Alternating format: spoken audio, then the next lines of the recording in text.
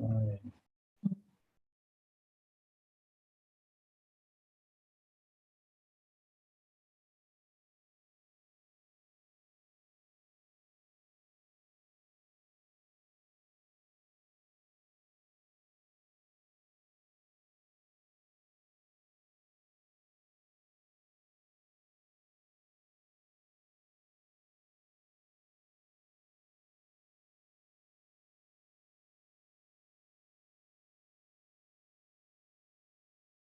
Was saying, put up a slide until you're ready to start. But we are not muted. Everyone mute.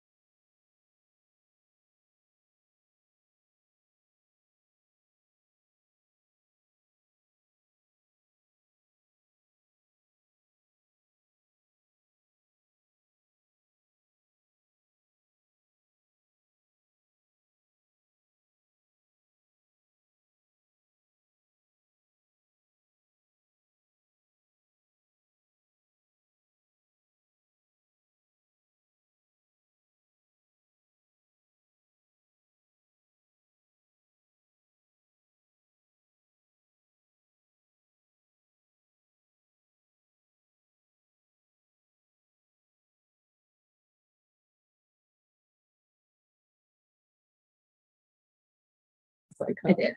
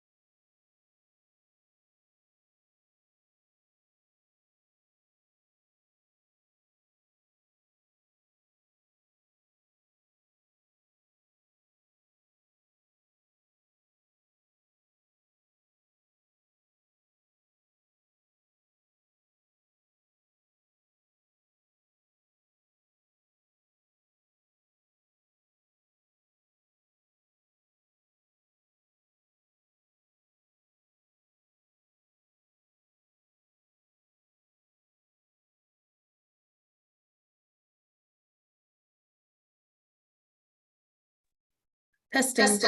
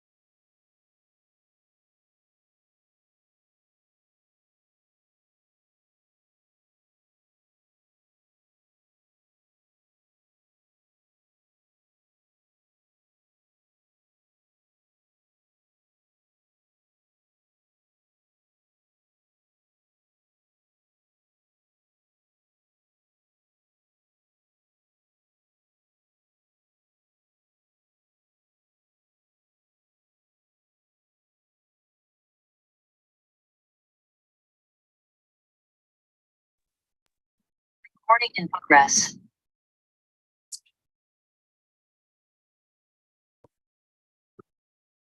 Hey, everyone.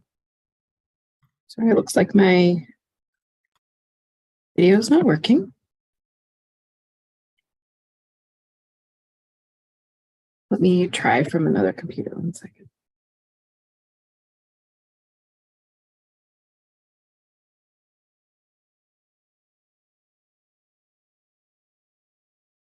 Okay. So we're gonna, good thing I had 2 computers ready. We are already live streaming on YouTube, just a heads up.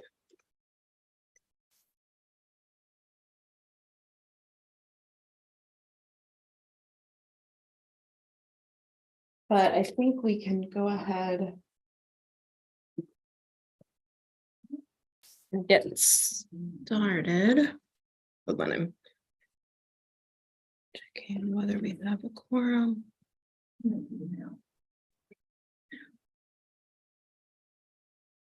think we're waiting on one more board member, so we'll give him just another minute.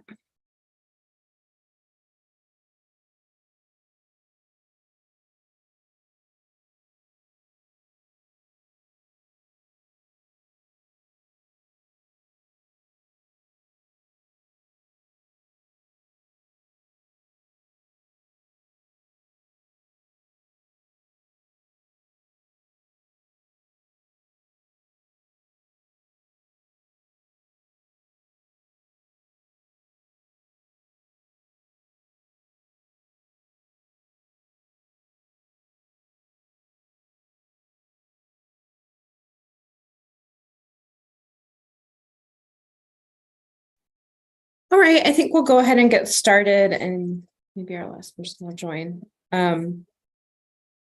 Welcome to the special called ERC board meeting today on March 1st.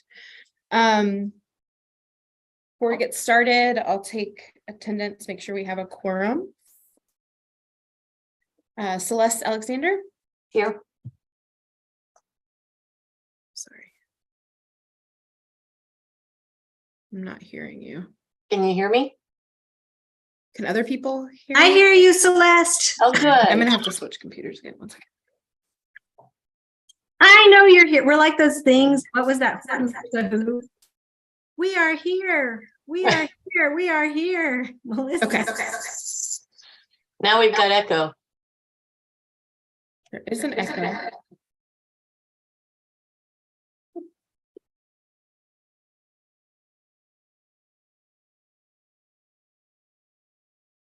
Sure.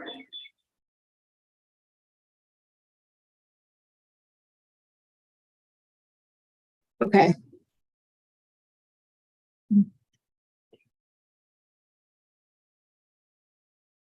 Don't.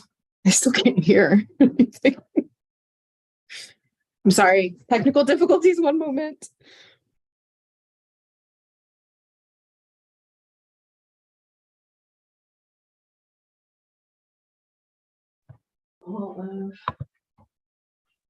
Okay.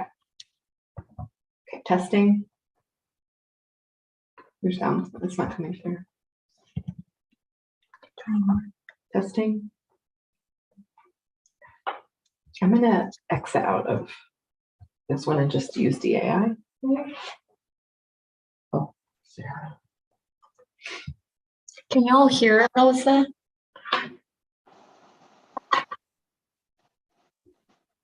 Yes. Yes.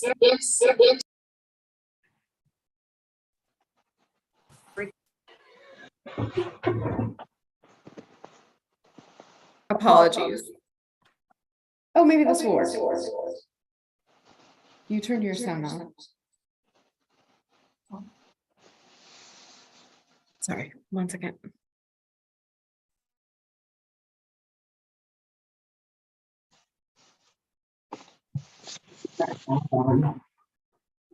From the one that has the microphone. Should I just turn on mine? Yes. Okay. Turn on your microphone Mhm. and your sound.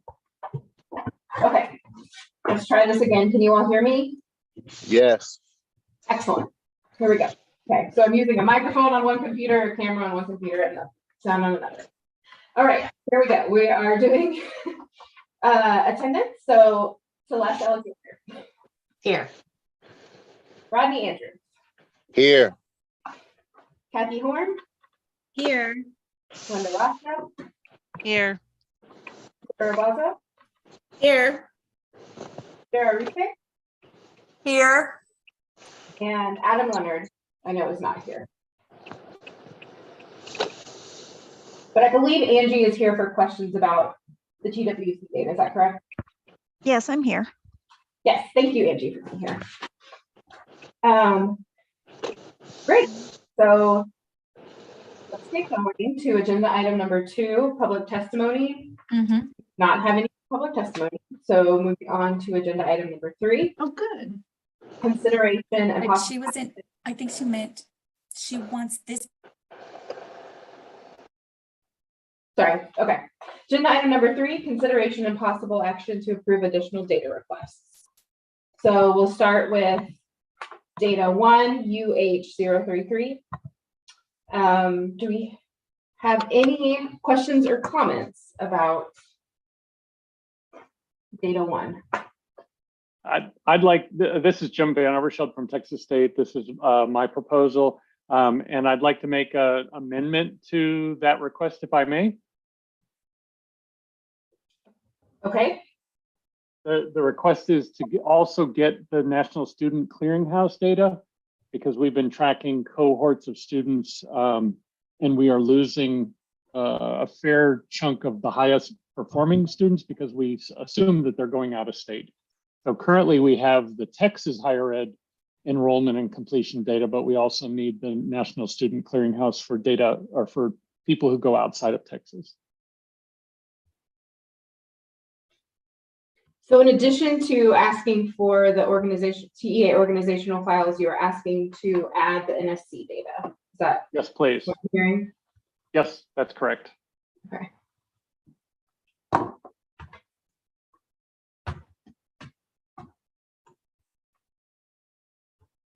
Any questions or comments from the board about that amendment? Rodney, I think are you talking? You're on mute.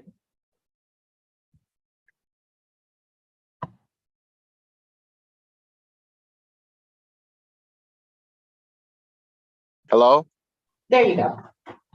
Will that actually require the application for additional data elements to be modified? I think the form would have to be updated. Rodney, is that what you're asking? Yes.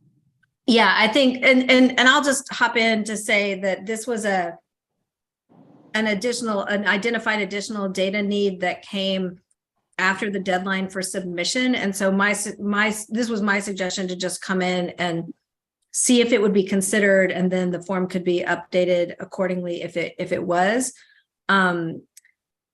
Just because this meeting was happening and it was past deadline for the next submission. So and this was already in. So whether this group is open to that, I don't know, but that's what the context.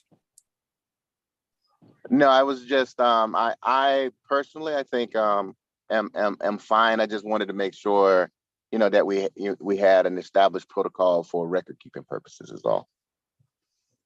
Yeah, definitely important and definitely. Yeah, and if depending on if there are any other questions, I can make the motion that includes the amendment. Any other questions or comments from the board?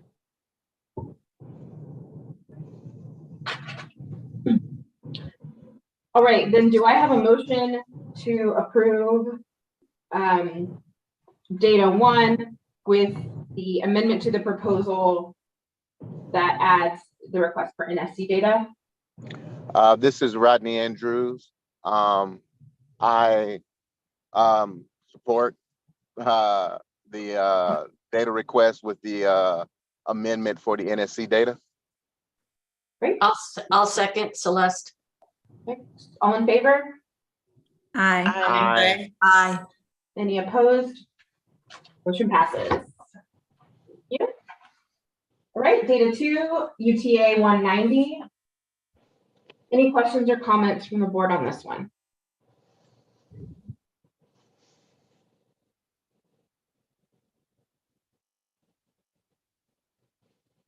All right, then do I have a motion to approve data 2? This is Kathy. I move to approve. Do I have a second? Rodney Andrews, I second. All in favor? Aye. Aye. Aye. Any opposed? It passes. Thank you. Moving on to data 3 and extension 1, UTA 156. Any questions or comments from the board on this?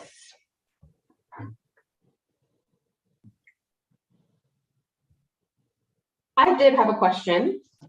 I wanted to, I think I saw the researchers on, to clarify, it sounded like the researchers are requesting maybe parallel data from the institutions to check against the CBM data. Is that what is happening here? Just wanted to clarify what the exact data was that they're getting from the IHEs.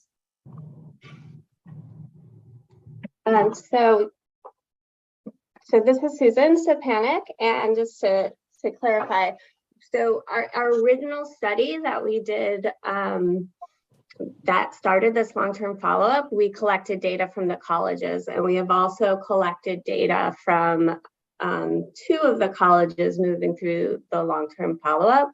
So what we're requesting is that we bring some of that data into the ERC to combine it and check it with the ERC data, because we're finding some different findings in the ERC data than we are with the colleges. So it seems like there's some missing course data or some issue with the data between the 2 files that are different. So we want to be able to check that. And my colleague Dorota might have more information, but that's the general gist of our request.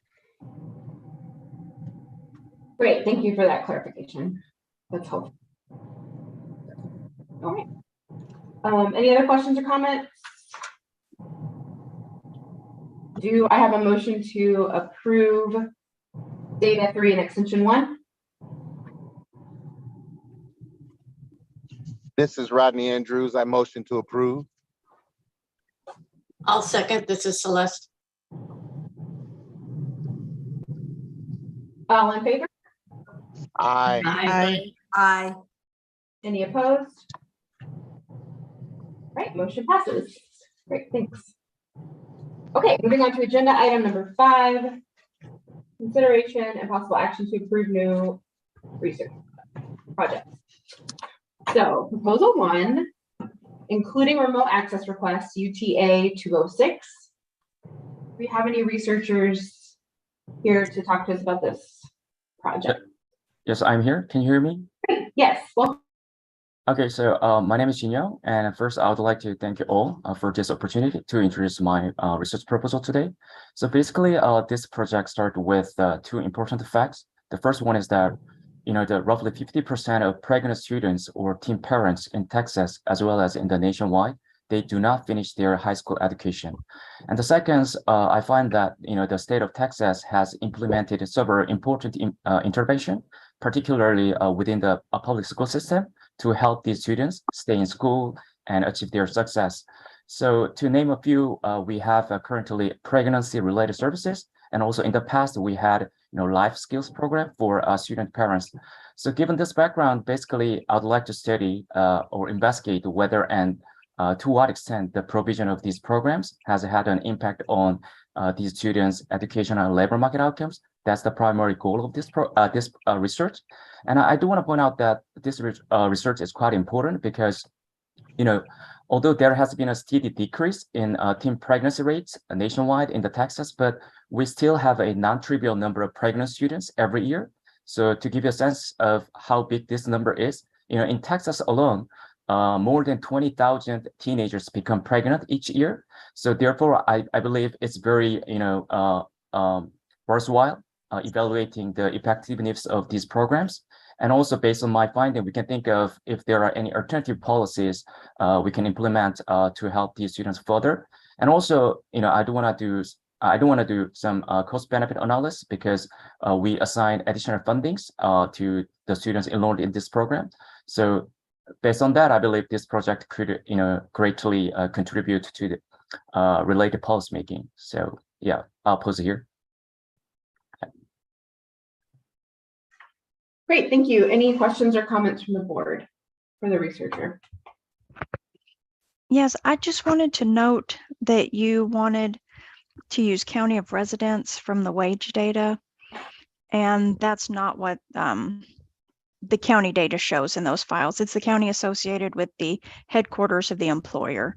So I would advise you not to use the county data from those files. I see. Thank you for noting that. No, basically, I just need whether they are employed or not, or their total earnings. So for that purpose, I don't need, the account information. But thanks for pointing out that. Okay, great.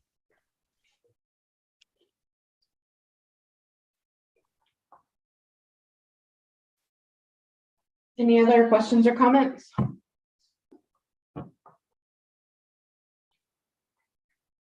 All right, do I have a motion to approve proposal 1, including remote access request? This is Kathy. I move to approve proposal 1 with Okay. remote access. Thank you. Do I have a second? This is Rodney Andrews. I second. All in favor? Aye. Any opposed?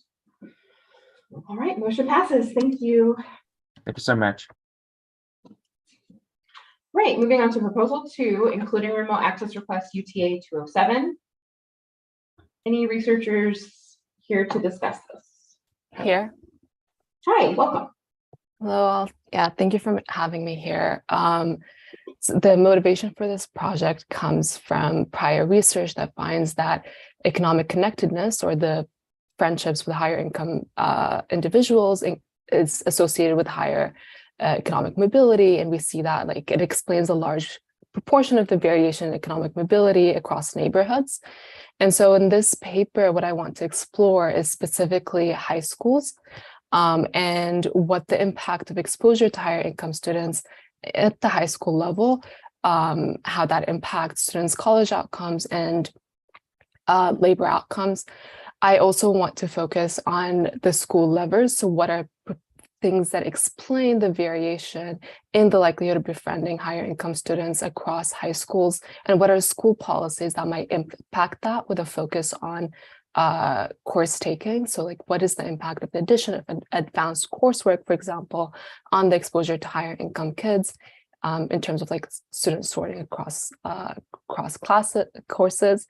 This is particularly relevant in Texas. We see that in some of the Raj Chetty work on economic mobility. There's high variation in economic mobility across counties in Texas, and there's also a high amount of variation in the likelihood of befriending higher income kids, even conditional on exposure to high income students within schools across Texas. And so exploring that in depth, particularly in this context, I think would be extremely important, and provide schools with potential levers to how potentially impact exposure and outcomes.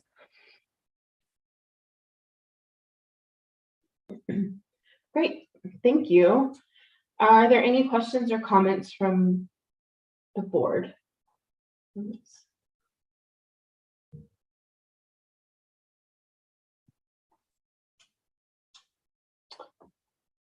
I did want to confirm something. I think you're requesting census block data from TEA, and I don't think that we're able to provide that. You confirm that with Linda. Yeah, That's correct, Melissa. Okay. Are you still able to conduct your research without that piece? Yes, that piece I was going to use it to identify students' income. Instead, I would use a proxy like free and reduced lunch, and then later on for students who end up in college, potentially financial aid. and see how it matches with that data.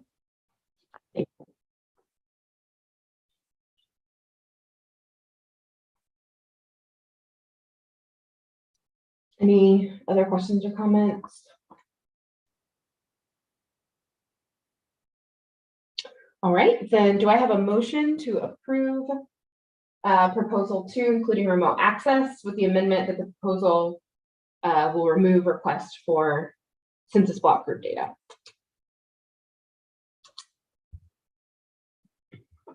This is Kathy. I move to approve the proposal as described in modification with remote access. Have a second? It's Teresa, I second. All in favor? Aye. Aye. Any opposed? All right, motion passes. Thank you. Thank you. Okay, proposal 3, including remote access request, UTA 208. Any researchers here to talk to us about this? Hi, I'm Jesse Bruin. I'm PI on the proposal. I'm happy to talk about it with you. Great, welcome. Awesome. So should I start off by just saying a few words about the project? Yes, that'd be great. Thank you. Great. So this project is really motivated, by a sort of a growing awareness among policymakers and academics and educational professionals that the sort of landscape of student underperformance in the United States is concentrated in remote and rural districts. In Texas, this plays out. We've done some preliminary analysis using publicly available data from the Stanford Education Data Archive, and we find that students in Texas educated in remote rural areas have test scores about 0.15 standard deviations below the state average, and more broadly in the United States, only 1 in 10 students educated in these types of districts are going to 1 in 10 students educated in these types of districts will not graduate from high school, and only 3 of 10 are ultimately going to graduate from a 4-year college. And I think there's been a nice amount of descriptive work trying to understand the drivers of underperformance in these settings, but there's much less on the causal side. And I think that's largely because, unlike urban districts, if you get data from LA, you kind of get 500,000 students in your sample. If I go to a rural district in upstate New York, I'm going to get, at most a couple hundred. And so we think that the Texas data is uniquely suited to trying to take the tools of modern causal inference and understand what are the key drivers of underperformance in these settings. And so our analysis is kind of broken down into 3 parts. The first thing we want to do is just describe the landscape of educational performance in Texas in these remote and rural areas, how they vary with student socioeconomic status and race. Then we want to use sort of standard methods from the teacher value-added literature and the school value-added literature to kind of unpack the effect of educational inputs on student performance in these settings. And finally, we want to take a bunch of the policies that have been explored in prior work on average in Texas, and so things like the Texas Top 10% or teacher loan forgiveness programs, and really use those to try to understand, the causal drivers of student outcomes in these specific settings. And so that's the broad overview, and we hope that this will be quite valuable, as I'm sure folks on this call probably know even more than I do, as we are just getting into this project about the unique challenges and struggles that students in Texas and these communities face. And we hope that this will contribute additional understanding and suggest policy levers that could be effective at addressing these kinds of chronic issues in Texas specifically. Great, thank you. Are there any questions or comments from the board on this project? Yes, I just wanted to note again that the county data in the wage files doesn't show employment or residence county. It's just associated with the headquarters of the employer. I see. Thank you very much for the clarification. I think that we view the labor market outcomes as sort of a downstream from what we're going to do in the educational space. And so not having those variables, I don't think meaningfully diminishes our ability to execute the research. Okay, great. Great. Any other notes from the board? All right, then do I have a motion to approve proposal 3, including remote access? This is Teresa. I move to approve. Do I have a second? This is Sarah. I second. All in favor? Aye. Aye. Any opposed? Motion passes. Thank you. Great. Thank you very much for considering the proposal. All right, proposal 4, including remote access request UH057. Any researchers here to talk to us about this? Yes, ma'am. Great. I'm Carol Ann Moore, and I'm from Nyhouse Education Center. I'm the Director of Research. Nyhouse has been around since 1980, delivering science of reading and structured literacy instruction long before it was a buzzword in the field.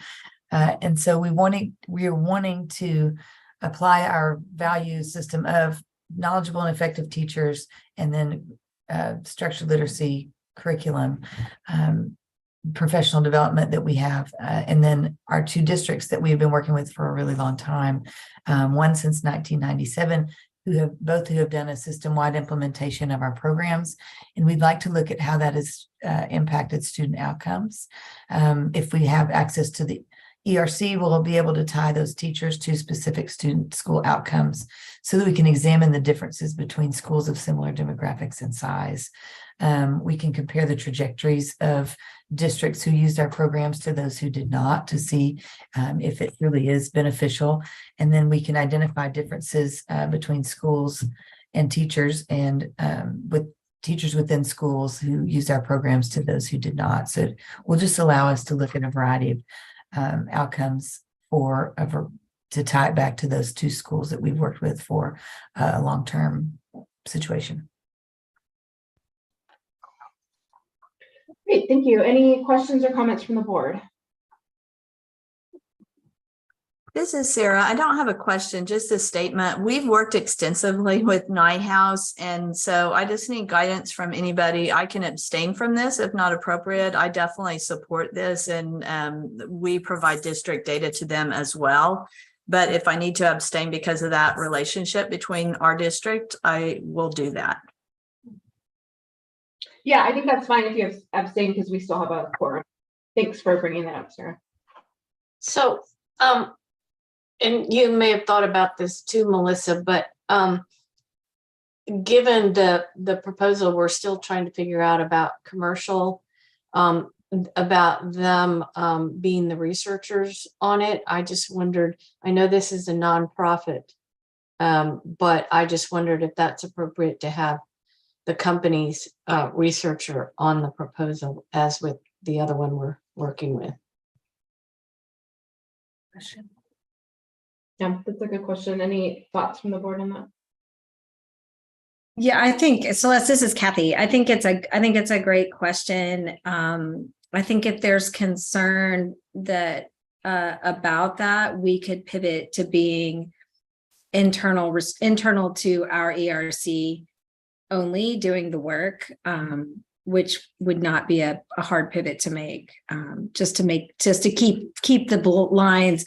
In this case, I think this is very internal evaluative, but I think your point is very well taken. So it would not be a challenge at all to make that switch and take Carol Ann off the data accessible list and keep that only in-house. Okay. So that because the point is this is evaluative work, and if we're doing it separately, I think it would be. I imagine that may address the concerns you're raising. Yeah, and again, this is because I don't know if you remember the Edmonton one a few weeks ago. That was that's what we're still trying to work out, because they're needing to go get another evaluator to evaluate their program. So that was why this was brought up. Oh, it's a point very well taken.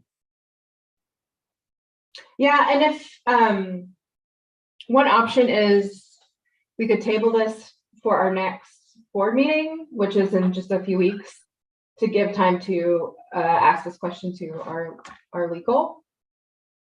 Because as you mentioned, Kathy, it sounds like because you're also on this, the solution is pretty, I think, pretty clear action. Yeah, and I mean it's up to you, but I didn't want to step in front of Carol Ann and speak for her, but it's okay. Apparently I'm going to. Like if I'm really comfortable just going ahead and executing the solution that saves having to go to legal if that solution feels appropriate to the group. That would be my only point to be raised. Like, so we keep it completely separate, keep the organization completely out of the analytical work at all. So I can affirm that is a viable amendment now. Okay. And that's fine with me as well. Totally understandable. Any other thoughts from other board members on this? I just have some data questions. On page 12, it looks like you're adding supplemental data. Is that true? It's right underneath the data table.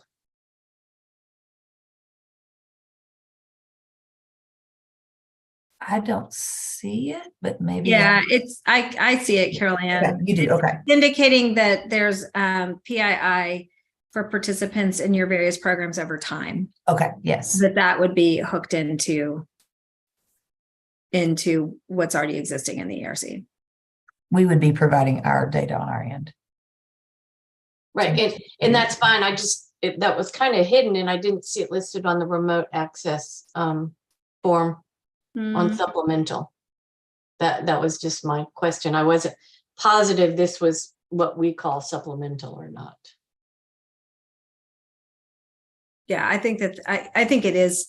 No, I don't think it is supplemental. And if it's not on the remote access, it would need to just be added. Okay.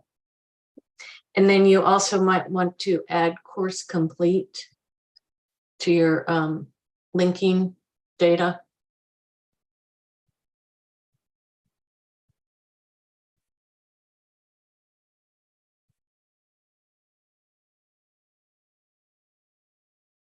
Yep, I agree. Great, thanks. Last. Any other questions, thoughts from the board?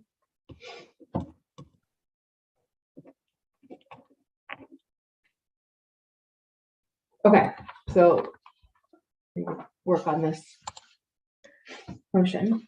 Okay. Do I have a motion to approve proposal for including remote access with the amendments to the proposal that Caroline Moore is removed from the PI list and the remote access request, and that course complete is added to the requested data, and that supplemental data information is added to the remote access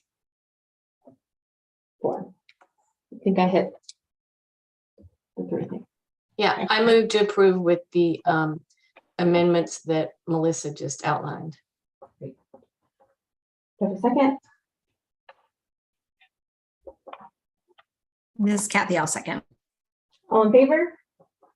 Aye. Aye. Any opposed? Aye. All right, motion passes. Thank you. This is the last one? Wow. Okay, we're on to the last proposal. Proposal 5, including remote access request UH058. Any researchers here to talk about this one? Hello, yes, I'm here. Hello, everyone. Great. So thank you for giving me the chance to present this proposal. So we have engaged in a partnership with the Texas Workforce Commission to study the impact of the Texas Rising Star program on education outcomes. This very simple research question is significant for science. Right now, the existing research on the impact of quality rating and improvement systems on school readiness is mostly short-term. What people do is they assess children in the beginning of the academic year in childcare and then a few months later. This is going to be very different in the sense that we're looking at medium and long-term outcomes. And then for public policy, particularly for Texas, this is relevant because the TRS is a major investment that the Texas Workforce Commission does every year. And it's becoming more and more integrated with the educational system. For example, now there is a joint initiative by the Texas Workforce Commission, Texas Education Agency, that are the pre-K partnerships. And then school districts can partner with TRS programs, high quality TRS programs in that sense. So in terms of the methods, the target population are individuals born between September 2, 2012 and September 1, 2015. We would like to follow these individuals until the end of the academic year 23-24. The data is a combination of two data sets. One is the data set that we obtained with TWC via data sharing agreement we signed 2 years ago. It's the most complex data set that I have ever seen. It was very difficult to clean this data set, but very rewarding in some sense, because I actually think that I learned a lot about the subsidy system. So we have already cleaned and identified the individuals for the target population. We're going to be able to share the data set with ERC through the appropriate channels once we have the approvals.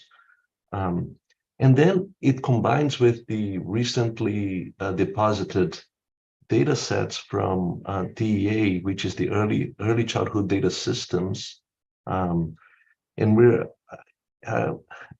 I would love to be able to work with the pre-K data set, but it's also very complex. So we are focusing on the kindergarten, TX Kia, and M class, the grade 1 and 2 assessments, TPRI, TEHASLI, etc., grade 3 star, and then some data on attendance, involvement in special education, and also disciplinary data.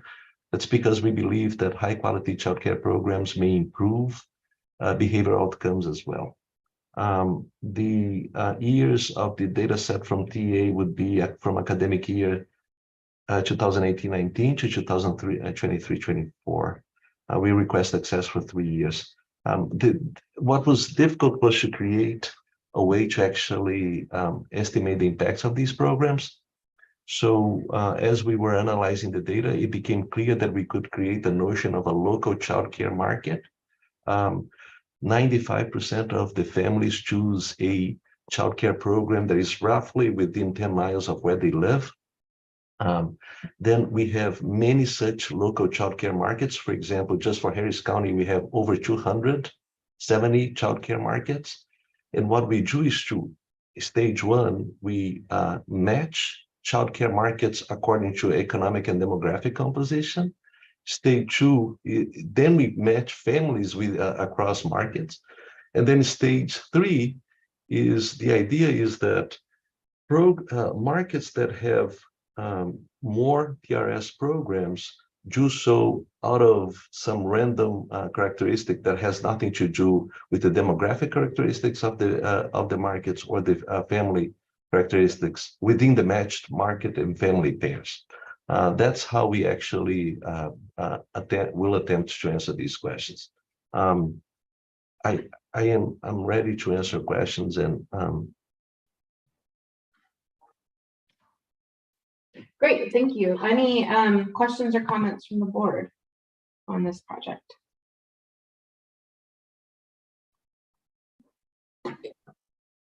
Yeah, I have one. You mentioned the date of birth for the children.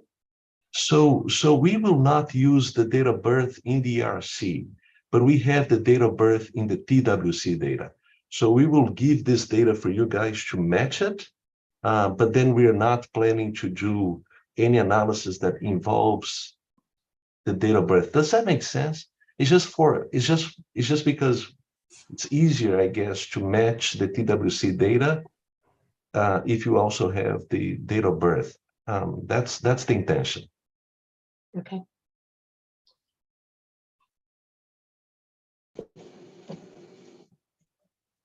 Is there an issue with having date of birth? Given that it's at a level of granularity that's lower than what is provided by the TEA? So again, we're not going to use the date of birth for any analysis in the ERC. We don't even request the date of birth for the analysis in the ERC at all. So we just have the date of birth for the TWC data set. And then once it's matched, then you can erase the date of birth from the ERC data sets that we will ultimately analyze. Yeah, so it sounds like it will only be used for the match too. Yes, exactly. It's just instrumental for the ERC team to do the match. But once the match is done, then they will remove it. That's the way we have always operated.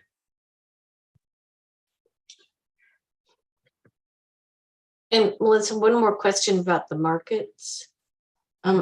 Is there an issue at all, given this other proposal with it being profit and nonprofits as part of the markets? The markets to me look like the methodology is just based on geography, correct? It's not really like a. Yeah, and we don't. Yes, that's correct. And we don't keep any identification about the market location. So what we do is we match markets according to demographic characteristics. But what I mean by a market is I want you to imagine a provider, and then I want you to open a ring of 10 miles around that provider. 95% of the families that will go to that provider will come from these people within this ring. But again, it's just, I am now looking at what are other markets that are similar to those in demographic composition and economic makeup, but they do not have, for example, a TRS 4-star provider. So, but I am not interested in saying, oh, this is a market in Harris County versus this is a market in San Antonio, for example.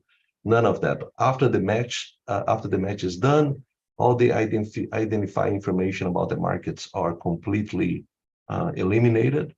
And in this circumstance, what happens is we don't match one market to one market, we match many markets to many markets, because there are many of such, many markets that are identical across locations. Okay, thank you. The only other thing I wanted to maybe think through, and maybe this will just happen as the match happens, is understanding, you know, once you're crossing several pieces of information with the student data, making sure it doesn't become too identifiable based on location. Yes. So, I mean, I don't think there's necessarily anything to do about it now, but just, you know, yes, something to think about now, because at some point we might need to do an analysis of how,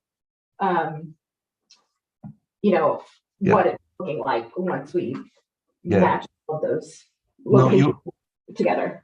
You're definitely right. One of the things that I'm not going to do is to include in the data set that we're going to transfer to TWC, for example, markets that have very few children in the subsidy system, because that would be, then I would know a lot to be able to identify. So we're capping the minimum of children in the subsidy is at least 20 for each market. No, thank you. No, look, this is, working with this data taught me a lot of things. So, right. It does for so many, doesn't it? Right? It teaches us so many things. It's humbling in some sense. It's humbling. Any other questions or comments from the board on this project? All right, then do I have a motion to approve proposal? Can I just propose the amendment? I don't think that I put this restriction that we will only share. We will only include markets that have at least 20 students in the subsidy but I think that I should. Yes, I think that's a great one. Yeah, so I didn't do that, but now that you raised it, you reminded me. Great. Okay, thank you. Do I have an, sorry, I'm not looking at my script. Do I have a motion to approve with the amendment to the proposal that the researchers will only include? This is Target Rodney Andrews. minimal. I motion to approve the amended proposal. Do I have a second? I'll second Celeste. All in favor? I Aye. Any opposed? Great, motion passes. Thank you, everyone. And thank you, everyone. We have another meeting very soon, so I'll see you all soon. But do I have a motion to adjourn? This is Rodney Andrews. I motion we adjourn. Do I have a second? I'll second Celeste. All in favor? by acclamation. Aye. Aye. Thank you. Bye. Thank you. We're adjourned. Thanks. Thank you all so much. Bye.